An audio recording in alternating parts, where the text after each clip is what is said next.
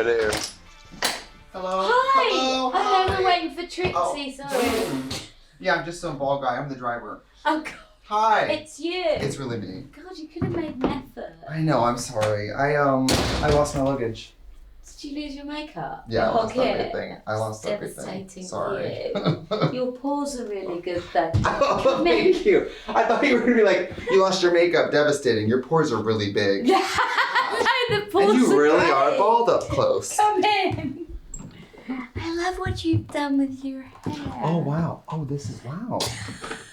Wow. This is a huge box. Come through. Wow. Oh, wow. Birds.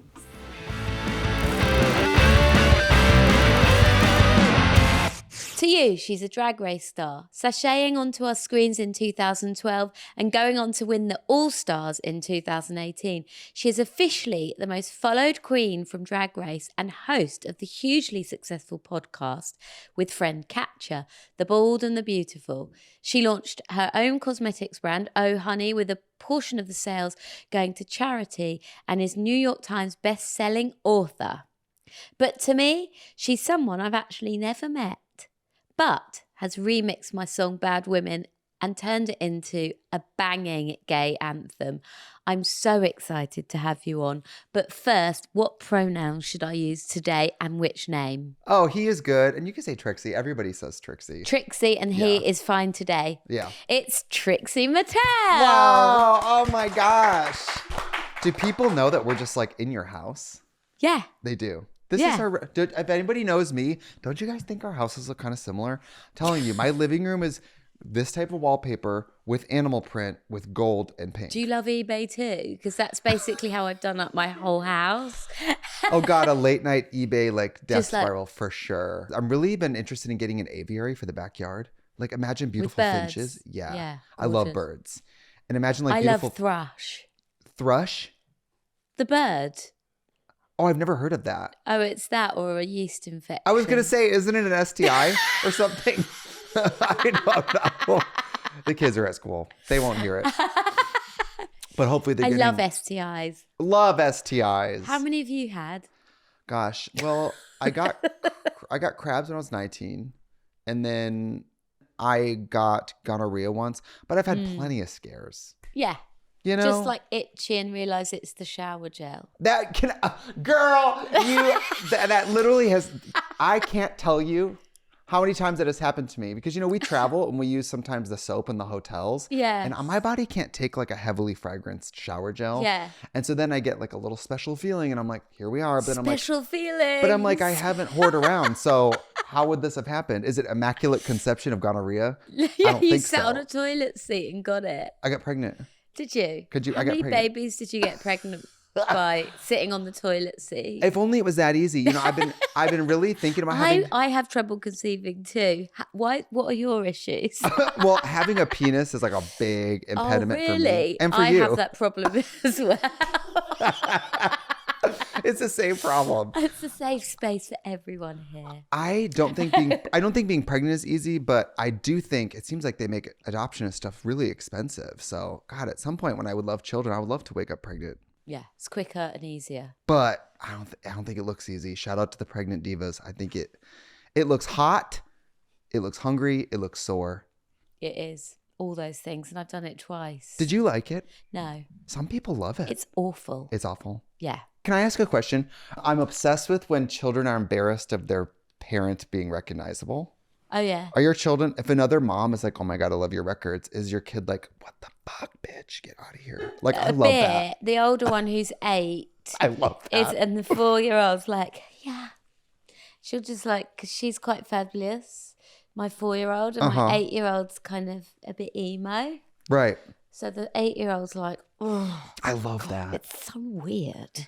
I love that. I think it's so awesome. I remember I did a show with Mel B, and she was telling me, she was like, oh, you know, I go to parent teacher conferences, and she's like, I try to just wear just the idea that when like you a cap and tracksuit or whatever. because you know your kids are like, Mom, stop, and it's like, I just walked out of the house. What do you want me to do? I think that's so funny, being like embarrassed of the parent being recognizable. I think it's funny. Yeah, my daughter, because I said to you, I relate to the drag thing. Like, if I'm wearing makeup to like a school thing, she'd be like, "Why do you have that on your face?" She wants you to put on the potato sack and she wants me to be like drab, like, you know, gym clothes, transparent skin. Right. Like no brows. Right. Just like. Well, I mean, how far do you go? Do you get the full spray tan for the teacher conference? No, I go scruffy. Okay, good. And but if I've gone straight from work, so I'm like, sorry, darling, I was in a rush. Like if I'm wearing this to the parent, she's just like, I'm like, sorry, I was in a rush. I'm so sorry. See, I love that. You're like, it's like the opposite. Yeah. Have you ever watched RuPaul's Drag Race? Yes, of course. That's where I get all my style ideas. I can see it.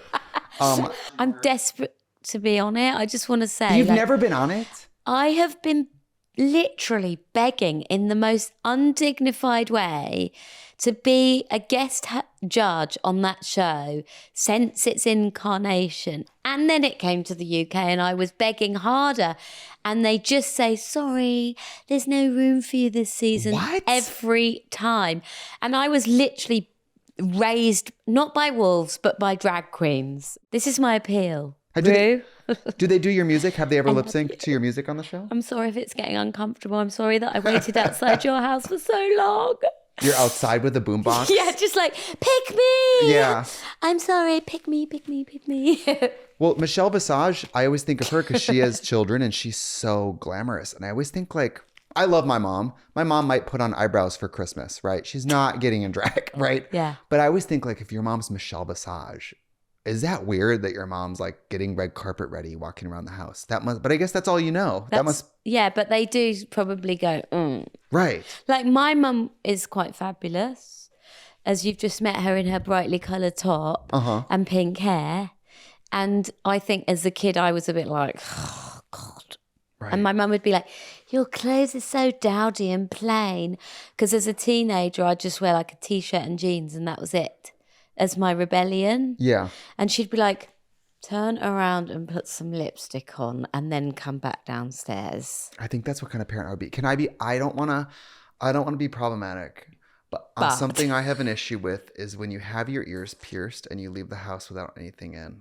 That's very old school to me. The holes! Plug the holes! I'm not saying you have to be fashion. It doesn't have to be chandeliers. Yeah. Put a pencil erase in there. I don't give a fuck. Just a tiny hoop, a stud. Give me something. The holes, the exposed holes. It's weird. Yeah. But, out of drag, I think a lot of the drag queens like to express themselves. They like to do further storytelling with suits and hats. And I, out of drag, I can see you don't. Yeah, I like to look no offense. Normal. Boring. This was my fancy shoe for today. But is that a kind of drag? Well, we're always trying to tell a story with our clothes, and it's like, what are you trying to tell people? I guess I'm trying to tell people that I know I'm not. There's more to me than my outfits. I just want to be seen. Or like the radio is off. There's no music playing right now. Like I'm not trying to tell you more right now. You can almost ignore me. I want to wear a white T-shirt and jeans, and I don't want anybody to have a feeling one way or the other. But you've got a personality that doesn't allow you to fade into the background. You can wear grey shoes all you like. Thank you. But you're a diva. Well, this is my fancy. I almost wore a white trainer, and I was like, this is huge. Too far. Yeah, I need to be flashy. Right, I'm talking about mad, sad, and bad. So, mad, are you a proud American? Oh my God. Can I say I was on the way here and I was preparing for these questions and I was like, well, if we're talking about really what makes me feel those things, how can it not be the state of the United States? It's really a mess, isn't it? It's a mess. It's full of STDs. Well, if that like was political STDs. Oh, completely. If our only problem was gonorrhea. Yeah. Be a beautiful place. You guys have got all the STDs right now. All of them. And we're not sharing with our partners. We're spreading it around, being proper slags. It's terrible. It's really scary. It's awful. And I watch, like 16 hours of news a day, which I know is a lot, but I just leave it on. I want to know. And on one hand, it's traumatizing and terrorizing. But the other hand, I feel like if this moment in American history is happening, I am not going to be somebody who changes the channel. I want to know. Do you worry that if you watch and you're too exposed to it, the madness, that it will desensitize you to it and you'll start to think that it's okay and it's part of the brainwashing? I hope not. To me, the more I consume, the more concerned I am. I love to watch the news, but I get nervous. And then I'll have too much caffeine in the morning and then watch the news. And then I start the day like, and then I'm like, oh, I watched the news and chugged a Red Bull and now I'm freaking out. Do you freak out? Have you got bad anxiety? Not really, but lately I'm like, why am I always freaking out? I think I consume too much caffeine. But I'm one of those people that I feel American, and a lot of us want change. And you're like, I'm American, but not that kind of American. 100%. I mean, I'm not going to chicken out and leave right now. I feel like it's important to stay and keep the wig on and fight. And you know, I'm not going to run away. I was born there. You know, yeah. I've never lived anywhere else. This is the only country I'm used to. So I don't know. Yeah. I just don't think it's a radical idea that we should be able to help each other out. I don't think that's radical, because you never know when it could be you. Have you ever felt like you're going insane? Oh, yes. Oh, yes. Talk to me about it. I went through a separation, and it was with somebody that I had done television with. And, you know, we were on TV together. We opened a motel together. And because of the way TV 10 works. 10 years it was, right? Yeah, 7 years. And we were creative collaborators and great friends. And then because of the way TV works, we had filmed a whole season of television about us and our, you know, home and stuff. But we had since separated. And one of the craziest I've ever felt was like that being on TV, but that relationship not being in place anymore. And it was like your secret that, you know, that relationship was not happening anymore. And that was weird. It's something I'm very used to being 100% honest with the audience. So I'd never operated from a place of like delayed truth telling, I guess, of like, oh, they don't know that this relationship is over, but it's on TV, so I can't say it now. You know, that was very dissonant. I think as a performer, maybe you feel this way. If you operate from a place of this is it, you don't have to worry about what they don't know, or you just throw yourself out there. And that was really hard for me to operate from a place of like audience not knowing something, you know? Yeah, 100%. Do you think fame's difficult? Like, I mean, notoriety, fame, the public gaze is insane. I think that's exactly what I learned, which is when I was younger, I think my instinct was just everything in my life, everyone around me, everything was something I felt comfortable sharing. Yeah. And I feel, I'm 35 now, I feel now that there is some value in it. It's okay to have some parts of your life that you maybe keep for yourself. Do you think it's easier as a drag performer to do that because there's a duality, like there's two versions of you, so you can go take the face? I mean, I feel like I count myself as a drag performer. Like I come home and I don't dress like this, even though I've pretended to. I do. I'm doing this in honor of you. Thank you. But like I do take, like I get home from work, I take off my drag and I'm a different person. Uh-huh. And I do think that's how I can separate like my private and my... But do you get confused ever? Do you get stuck in character if you've been here for too long? And then, is it the line blurred? They're both you. I guess because it's both me to me, like all my jokes or music or whatever stories I tell, you know, on the podcast or on stage, that all comes from my real life. Yeah. So it's not like Mrs. Doubtfire where I'm like pretending I go home and have a completely different life. Yeah. The audience that I share with knows my mom's name. They know, they can picture the house I live in. They know what I do with my time. Everything is very out there. Yeah. And that used to be very comfortable for me. I just felt like if you have nothing to hide, you can like relax. And at this stage, I think I feel that it's okay to have some bumpers about what you will and won't share. Because I've learned that when things are all really good, it's fun to have everyone know everything in your life. When things aren't going great, I think it's like when you're selling something or trying to be funny, you're telling everyone, look at me, look at me. And then when something not great is happening, it feels kind of unfair to go, never mind, don't look, even though I've been telling you for years to pay attention to every part of my life. Yeah, now don't. Now that something unflattering is happening, don't look at me.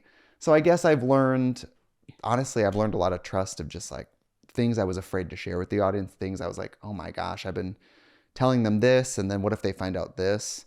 Have you ever gone on stage in full drag and what's going on in private is so devastating, but you have to be like, you have to be on. There was times in the last few years where I couldn't even get makeup on, I would cry during the makeup, on stage, between songs, during costume change, walk off stage and cry. And then it was like a idling panic attack for so long. I would wake up heart racing and like just try to calm down so I could get in drag. And you know, those type of episodes when they're long, they start so gradually, one piece at a time. Now I look back and I'm like, that's so unmanageable and crazy. But my priorities were different. It was like kind of took a big break for me to realize that like performing is magical, art is magical, but it's not everything. It's really kind of crazy to shut down parts of your real self and turn up the other parts of yourself and go, that can be very dissonant. Yeah. And that feeling you're describing, I'm sure all artists have done it in some way, right? Yeah. I mean, you have a toothache and you have a show that night. We all have done things like that. But things where you really feel like your life is completely in shambles. Falling apart. Yeah. But you have to go do this. I just don't know how long you can sustain that. I think we can all do it 1 or 2 shows. But at a certain point, it's a little You have scary. a breakdown. Was that the saddest you've ever been, do you think? I just never experienced such profound loss.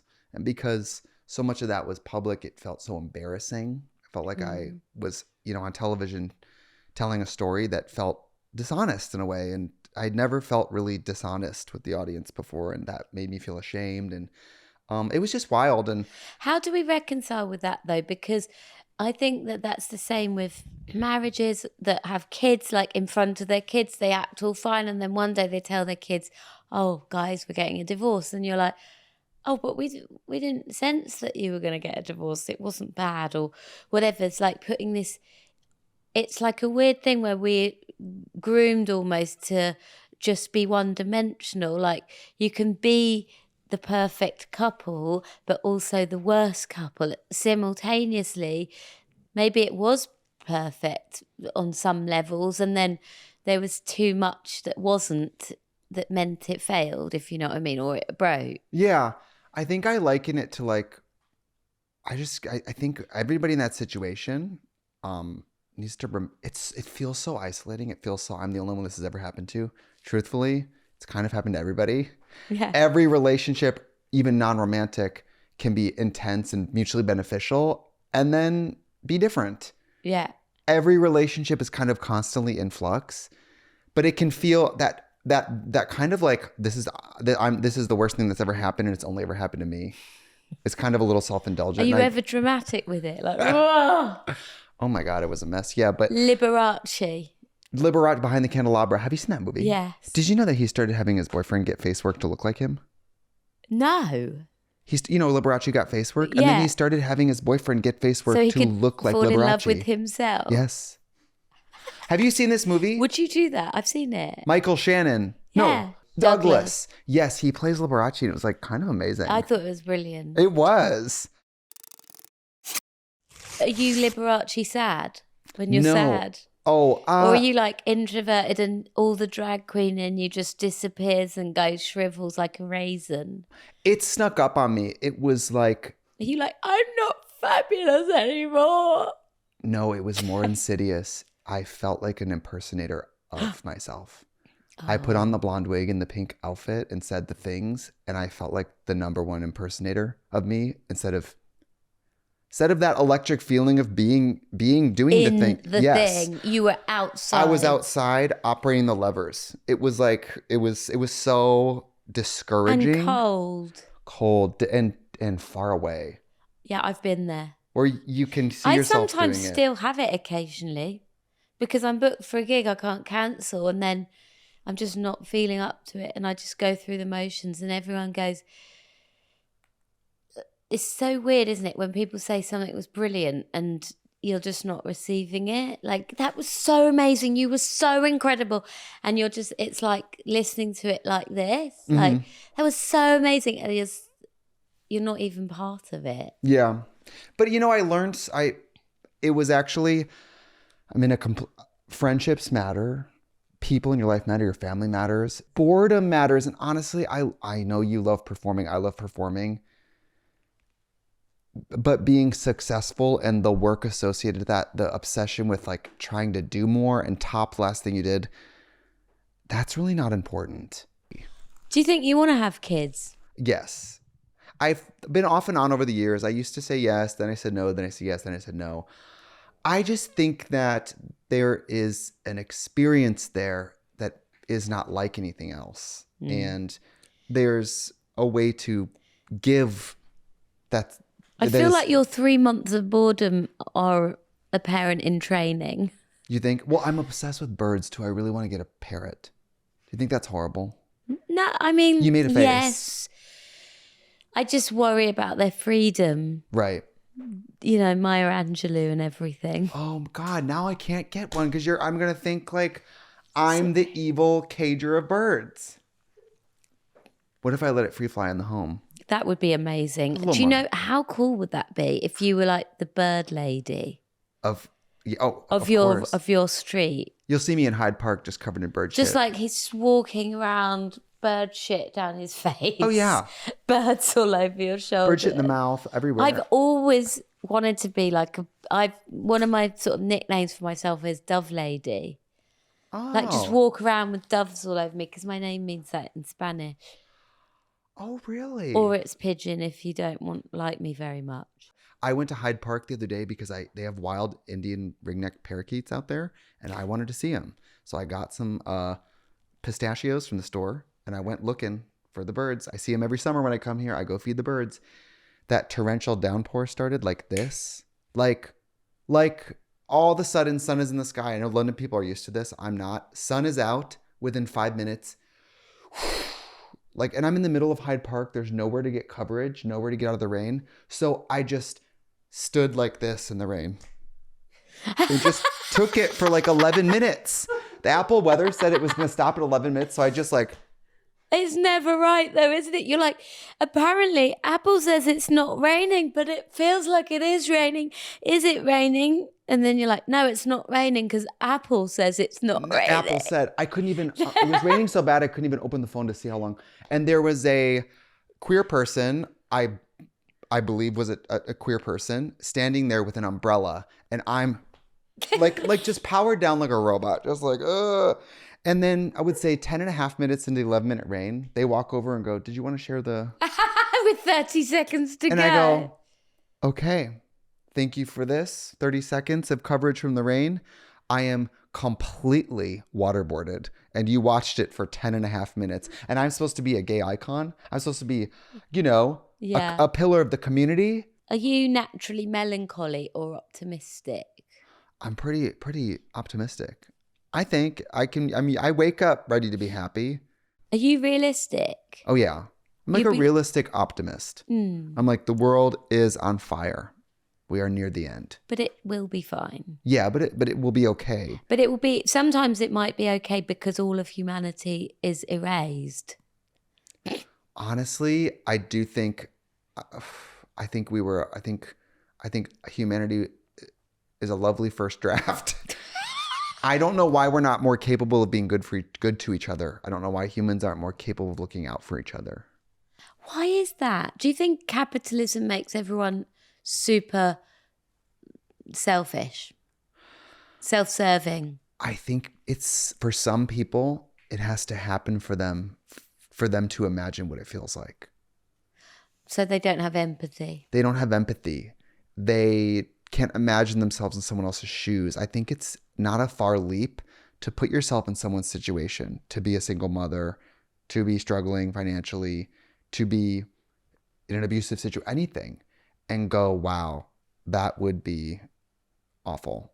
And because that's not me, I acknowledge that I can't even imagine what that's like. I mean, I'm from a very small town. Very, very small town. And the more people you meet, the more walks of life you learn about, the more places you see, the more your mind opens up to, wow, I know nothing. I only know what I know, which is like this much. So I also think operating from a place of like acknowledging that you're just ignorant. We all only know whatever years we've lived in our own body. Yeah, can't you just say, oh, I can't comment on this because I don't really understand it. I've never experienced it. Right. And so when a brown person or a trans person or someone tells you what their experience is like, You can't tell them something else because you haven't. Why don't you just listen? Trust them. It's weird to tell trans people what they need. Have you ever done anything bad? I've flown with marijuana maybe 3 times. And I was on the plane white knuckling it in fear. Because you accidentally did, or you did, but you were like, I shouldn't have done this halfway up. Well, I'm in America and I live in California where it's legal. And I'm like, this is bullshit. Why is it, it should be illegal everywhere. So sometimes I'll like forget it or something. I'll be on the plane and remember there's like one lone joint in a sock and I'm like, I'm going to get thrown in federal prison as soon as I get off this plane. I know I'm that type of person that I will be the one that gets caught. Yeah. Also, you sound like you're so honest that if they ask you, just be like, yeah. I'll start crying. Yeah, just crying. Well, you know about the time I got detained in Australia? No, tell me. Girl, I went to Australia. My first time going there, it was like 24 years old. No, I don't think I'd ever even left the country before. And I go there, and at the time, drag queens were still, it would be kind of suspicious if a drag queen had a work visa. The industry was still in a place where it was like, what do you mean you do this for money? It was kind of like weird. Yeah. So I went and said I had a vacation visa. And then they were like, oh, you're not here to work? Really? We went to your website. Isn't this you? You have all these tour dates. Aren't you making money in this country?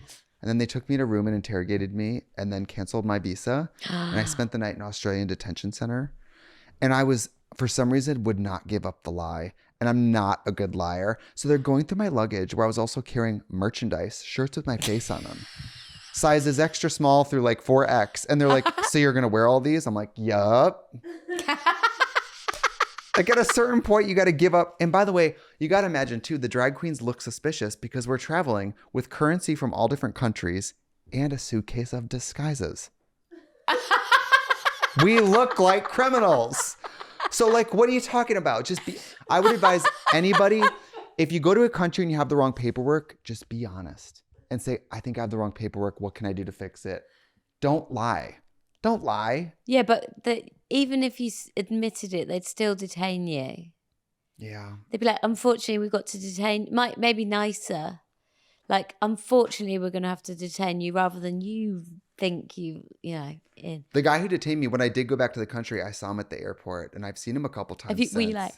Oh, I kind of do like the Star is Born thing where I'm like, I don't know. I always give like because I'm like, you can't stop me. I'm back. And I'm back and better than ever before. Yeah. I'm bigger, blonder, and, more fabulous. Yeah. And now possibly carrying weed. No, that's not true. But I know so many drag queens who've carried a goddamn, a hunting rifle and a kilo up their ass. I'm like, I will be the one who goes to prison for a burned out joint this big. That will be me. Yeah. Yeah. That's why the innocent stuff. I can't do it. I'm exactly like you. Like everything I've ever done that's been bad, I've been caught for, and it's not even been that bad. And like you say, I just cry. Mm-hmm. Like like somebody says, and I'll just cry. Like it's from childhood, isn't it? It like is. When your mum was like, did you? And you'd done it and you were like, yeah. I just cried. Just cry. My daughter does it. Yeah. And she's 8. It's like, I just go, I think we both know what you did. And she's like, I'm sorry. I'm still like that as an adult. Yeah, I struggle with conflict really across the board. So anything like that, I just instantly Do you cry. avoid doing bad things because of that? Or do you do some bad things and then just come clean really quickly? I don't know what I'm doing. I'm 35 and I still don't know what my tactic is in this world. I'm just putting on wigs and juggling. I'm just putting on wigs and rolling around. I don't know what I'm doing. I'm just, fortunate to be here. I'm really happy to be here with you. I'm really happy to be here too. This is really cool. I've listened to your music for so long, and when I got to remix your song, I couldn't believe it. The remix is better than the original. I disagree. I really was like, all right, it's a house remix, but it's almost a ballad, the original. So I really had to change it a lot, to get it. Well, I would buy it. And I was like, I'd never buy my own music, and I'd buy your remix. Thank you. I felt so privileged when I received an audio of your isolated vocal. I felt like oh my God, it's embarrassing. No. It was beautiful. But I felt like it was on my computer and I had to protect it with my life. I was like, I'm like in the CIA now. I have like pop stars, like isolated vocals on my computer. Yeah, without the auto-tune on or whatever. No, You're I like, got the version of it that was basically the the song. Hurdley version. I got the finished version with just no The music. no face tune moment. But yeah, the audio face tune. Yeah, I love face tune. How much do you love face tune? I used to until I got into Photoshop, and now I'm a fucking monster. Are you? Can you Girl, just make anything good? I'm looking at, taken, I travel with my own camera with my own flash because I like my makeup really brightly, Yeah. And I get on the plane the next day, put my SD card in, and this is my version of like having a lap dance and a cigar. I zoom in on my face with my little pen and pore by pore. Or I fix every little mascara eyelash. I whiten the eyes. I go into everything. And I'm like, wet. tap the person next to me. And I'm like, how about this shit? The little crow's feet. Yeah. You're amazing. I love to talk to you. This is like a dream. I can't believe we're sitting here. Oh, I love I it. started hearing your music when I worked at the makeup counters. Your music would play at the Mac counter all the time. I want to hear your music. Because you sing, don't you? Yeah, I've been playing guitar and singing too. I love to play guitar. One of my passions, I love accompanying people. If you ever need a guitar player, acoustic session. I'd love that. I've actually got a guitar. Do you want to play a bit of it? Yes, where is it? Just get one. It might be left-handed. That would be a huge issue. Okay. There we go. There we go. Do you want to tune it? I've got the piano. You ready? Yeah. Watch the chaos unfurl. The walls we build burn. So I spin the wheel and then carve the shots in the air. Walk away from my homestead. Say I'm better on my own instead. Well, you can have the glory while I drive into the sunset. I'm not a good girl. I'm a bad woman. I'm not a good girl. I'm a bad woman. And you painted me this way. Then act surprised when I stained. I'm not a good girl. I'm a bad woman.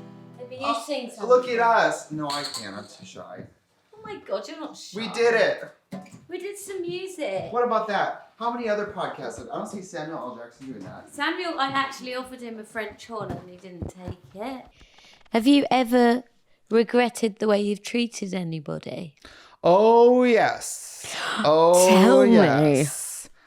I think I regret a lot of time that when I started traveling and doing the Trixie thing and having all my dreams come true, I prioritized that a lot more than birthdays, weddings, funerals, family things, phone calls home. I think I regret a lot of that. I think my friends I'm still close to gave me a lot of grace and let me travel and do whatever. But I wish I was the person who called home more and kept my friendships a little more. What have you been up to? How was your week instead of how was the last 6 months? Because I haven't talked to you. I have a lot of regrets about not being a little more active and making sure my relationships stay going. I think that's good. But there is like a really annoying text that people send. And I don't know if it's busy people, but I hate when someone texts me and says, "Hey, how are you?" in a text. Yeah, I hate that too. Do you ever get voice notes? Yeah, they're so long. I mean, I think my there should be a God. 1 minute maximum. Or not at all. Yeah. Girl, are you a podcast? You know what I mean? Like, I'm going to listen to your voice note. And they're like, "Oh, sorry, I'm just paying for something. Hold on. And anyway, I was just leaving this message." It's like, wait till you've done that. Just give me the key points. I also love a phone call. Just call. Do you? I hate it. phone calls. Oh, I love it. Or I really despise them. I'm very old school. Pick up the phone, call your friend, and walk around the house in a circle and talk about your life. I love that. Walk around the house, the backyard. I have a little pool. Pacing. In my backyard, or laundry, like chores while you talk to your friend on the phone. Love. Yeah, I love that. Little earphone in, folding laundry, telling So someone to do it in their nice. relationship. Love it. Telling girl you need to quit your job, taking the trash out. Love that. Love that as well. I like that bit of it. I just like want to be. multitasking. I want to be a better friend in general to everybody. I think I've been a little bit selfish for a long time. And my friend starts a new job tomorrow and I was like, "Oh, I'm going to make you a Pinterest board for your work outfits." She didn't ask for that. Maybe that's my way of getting involved. Did you do it? Oh, yeah. I sent it over today. I want a Pinterest board. I don't know if she'll care. I was like, look, I put together all these work-appropriate hairstyles for curly hair of your length. Just trying to help. Just trying to be involved. I'm taking off the gloves. I thought maybe you'd want me to stick a finger in your bum, but the time's passed. I feel like the moment's gone. Like I'm going to feel That's one what I was finger. Wearing. Yeah. I know. Both hands. Give me the foot too. Yeah. It starts like this, doesn't it? Then that, then that, then that, then that. Then you can do that. Is that right? I don't know. I'm just gay. I'm normal gay. I learned that in Paris. Oh, I thought we start with the hat. I'm old school. I'd rather do the thing. Yeah, just get to the actual thing. Fingers have fingernails. Like, why are we doing Freddy Krueger shit? You know, why are we doing blood sport? No, we're not doing skewers. We're not. You're not doing skewers. Yeah, I don't know. But I guess the glove is safe. Those are deceptively hot, though. This PVC material, cook your arms. Cooking. And now I'm just going to bring my upper thing. So just to end, to keep it optimistic and positive, what makes you glad in this weird world? What makes you glad in this weird world? I love to sleep in and watch The Office. I know that that's really normcore. I feel like every time we ask somebody on this show what makes us glad, it's always normcore. It's always the simplest thing, the minutiae of existence. It's always like completely distilled normal shit. Yeah. And so you're not alone. It's like the feeling of going to bed, knowing you don't have to wake up early, and like waking up, the sun is coming in the windows, watching TV at a low volume, and getting like a Uber Eats of like an egg sandwich and going on a walk. Like a day off doing boring shit. Yeah, lovely. I take like breaks from social media now, and being off your phone is amazing. The days are so long. I'm also getting to the age where sometimes I like cleaning. Wiping off my kitchen counter. That will never be my age. Wiping off my kitchen counter. Oh. Really? Oh, wiping off the counter and walking out of the kitchen looking back against the shiny counter. I'm like. I just find whatever man is in my life at that time and ask them to do it. Sure. And I just go, I've been told by the allergy specialist that I shouldn't clean because I've got a really severe dust allergy. Sure. So you have to do this for me. Right. So you kind of make up different allergies to get out of chores. Yeah. I think that's good. Your kids are going to start doing that to you, though, so you better watch that. No, I've told them my allergies, so they're learning to clean. Oh, good. It starts Little with the mother. Cinderella 1 and Cinderella 2. I love that. You're going to have to be careful how often you use that, though. Mummy's going out. Bye. Make sure the counter's clean. Right. You leave in your little ball gown, and they're like, damn, that bitch is allergic to everything. That bitch is allergic to everything. Thank you so much, Trixie, for coming on. course. It's been a real joy and pleasure. You're really incredible. cool. And I now know why you have millions more followers than me on Instagram, because you're just, in general, a better person. Oh, stop. You know, girl, people will sometimes ask me, do you run your own social media? I'm like, you don't see the 1 a.m. shit posting with a typo? Yeah, that's me. That's the mastermind. Me up late, like tweeting memes from like my phone, you know, like it's there's Will no you plan. get me on Drag Race? Girl. Call can't Rue put- now. Trixie, thank you so much. Of I'm so course. glad you've got a personality without the drag on. Thank you. Well, It's really great to know that. this is really nice and lovely. Thank you so much. I'll love This you is a forever. dream. I love you forever too. Can I pick you up before you go? With my body? Yeah. Yeah, sure. Oh, you're really strong. Do you feel like the girl from Dirty Dancing? Yeah, but not for that reason. Okay, bye. Bye. Don't get eaten by wolves in East London. I won't. Bye. What a legend. I'm going to go and put some outfits on.